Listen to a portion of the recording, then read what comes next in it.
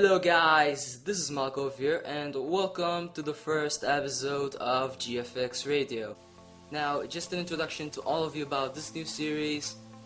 This is gonna be a commentary style series where, of course, right now you probably are seeing the speed arts that are featured.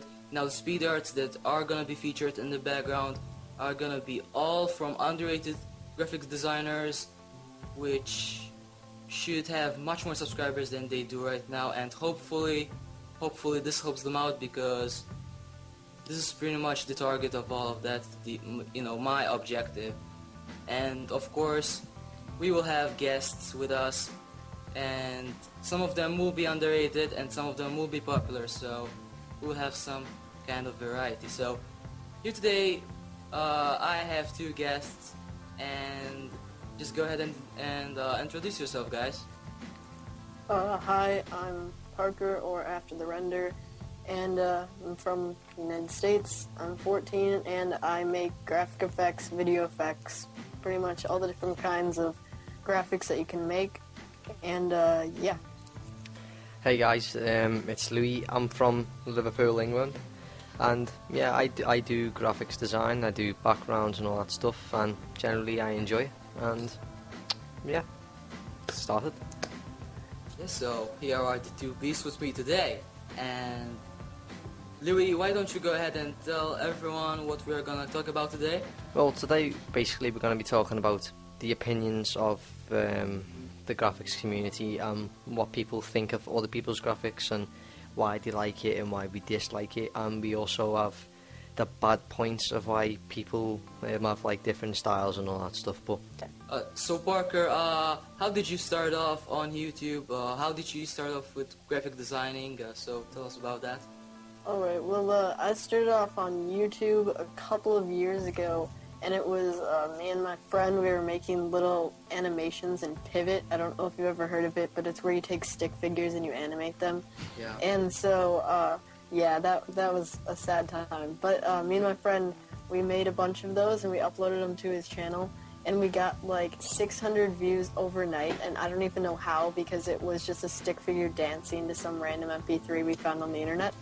And so I thought, if this stupid animation with no point to it can get 600 views, I wonder what something that actually has like effort put into it could get. And I've always been interested in like filmmaking and that kind of stuff, so I just started up a YouTube. And eventually I got into graphics because one of my family members, for work, she and the person that was her friend at the time, they needed Photoshop to do work. And so they got a family pack instead of buying two separate licenses, because it would be cheaper. And so I got one of the serial numbers, and I just started messing around in Photoshop, making myself desktop backgrounds and everything. And then I started making YouTube graphics for myself and eventually for others, and it all took off from there. Pretty cool. Okay, so Louis, what about you? I started graphics because in year 6, or I don't know what year that would be, in whatever school's grade 7, something like that, but I was very good at art, and I'm still very good at art now, and I'm really grateful I have a talent that loads of people, not like boasting, but loads of people would die for, because it's really nice to have a talent in art, because it's quite fun art as well. And yeah, and it kind of reflects in other things, like if you're good at art, then you can also be good at other stuff. Yeah. And my teacher came over to me and she said, Lewis, you should take up graphic design. I went, oh, what's that? And she explained it to me, and then I researched it.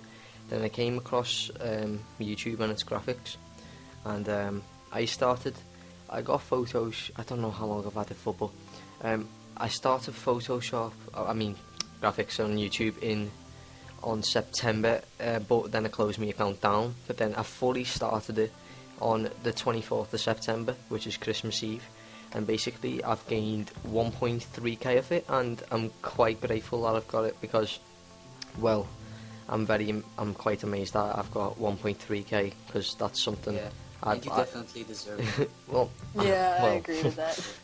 I don't think so, because I think, I always say all the time, I always will, but until I won't say anymore. I'll always say that I don't think I'm good at graphics, but there will be a time when I know I am. Yeah. Alright. Alright, so now let's go to the actual topic of this commentary of this first episode of GFX Radio. So now we probably all know that this graphic designing community on YouTube, that some people started out, I think May 2010. I think that's when it started. I think that's when I peaked. Yeah, that is when pretty much it just started getting large and big. And since then, right now we can say that we have at least 1,000 graphic designers here on YouTube. That's, we well, all... I mean, we have graphic designers in the community, even if they aren't on YouTube, whether they're on another website or, I mean, it's crazy how many there are involved in the internet, I guess. Yeah, on YouTube, I guess that we have at least, 1,000. And, we all, compete against each other. Of course, we help each other also, with GFX specs.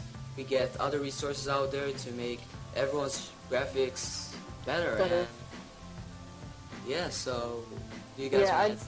I'd just like to add something about how everyone makes each other's GFX better, and it would just be if you look at a bunch of the other communities, it's everyone being really competitive against each other. Like, for example, the Call of Duty community. Yeah. But for us, we are being competitive, but it's really helpful when you're competitive, because if you make a graphic and then someone makes something with the same idea except it's better than yours, then you can say, oh, that's interesting, I'm going to try and make something better than that, and just keep improving on it.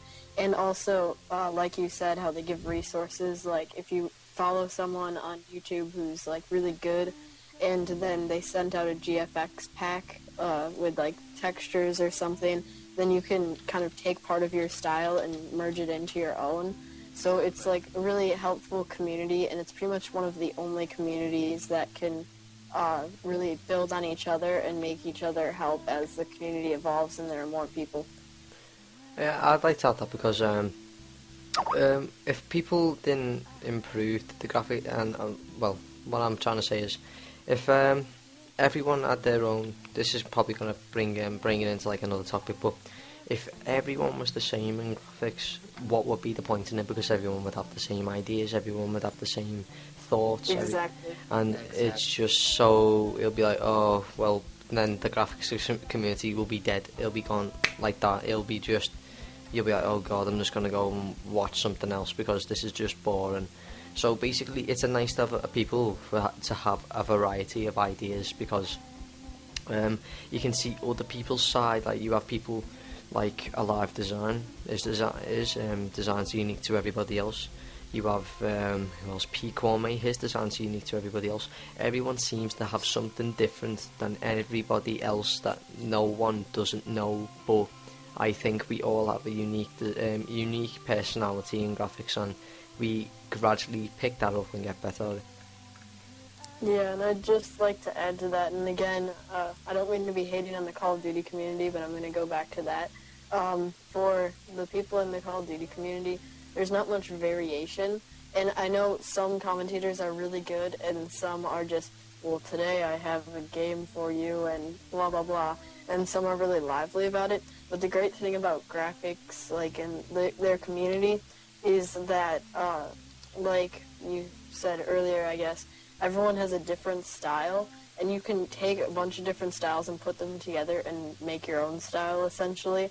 And so you can, take the base ideas of some people and combine them with your ideas and make a whole different style. So there's a lot of variation, and, yeah. I mean, art can be very different, and I think I've talked to you guys about this before, but if, I asked both of you to make me a wallpaper with this text and this image, you would probably both do something completely different because you have different styles. And ideas. And so that's the great thing, yeah, and ideas. So, I mean, that's the great thing about the graphics community, just because there's so many different ways of making videos and so many ways of getting an idea across that it pretty much doesn't get old. So that's nice.